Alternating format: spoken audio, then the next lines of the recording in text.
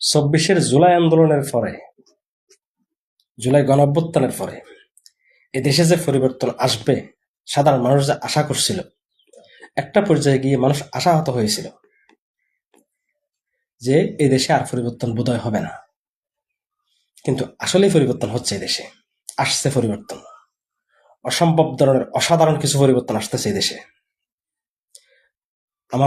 আমি মুসলমান হিসেবে, আমার দেশ শতকরা 85 জন মুসলমানের দেশ হিসেবে, আমার দেশের নেতা হতে হবে সেই ব্যক্তি যে ব্যক্তি জুমা মসজিদে খুতবা দিতে পারবে, আবার জনসভায় স্পিকারের সামনে গলা ফাটিয়ে বক্তব্য দিতে পারবে, আল্লাহ এবং আল্লাহ রসুলের নাম বলার সময় কখনো তার হাত কাঁপবে না, কণ্ঠ কাঁপবে না, তার ফা কাঁপবে না, বয়ে মাথা নিচু হবে না। সেই লেভেলের নেতা, সেই লেভেলের নেতা দরকার আমাদের দেশে।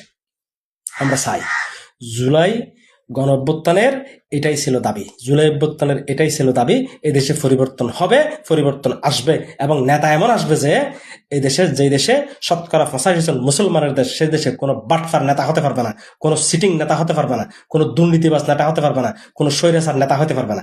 নেতা হতে হবে ওই ব্যক্তিকে যে ব্যক্তি জুমা মসজিদে দাঁড়িয়ে খুতবা দিতে পারবে এবং স্পিকারের সামনে বক্তব্য দিতে পারবে।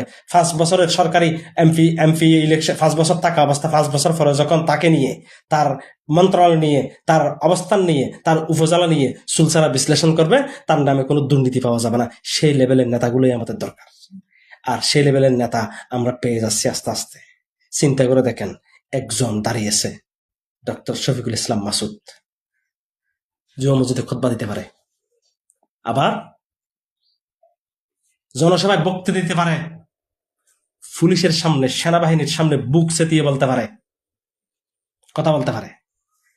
আসছে হাসনাত আব্দুল্লাহ, অসাধারণ এক নেতা তৈরি হচ্ছে এই বাংলাদেশে, যে জবাবদিহিতার এক মিসাল তৈরি করতে পারে। সে পৃথিবীর ইতিহাসে যে কেউ করে নাই যে কাজটা, সেটাই করতেছে।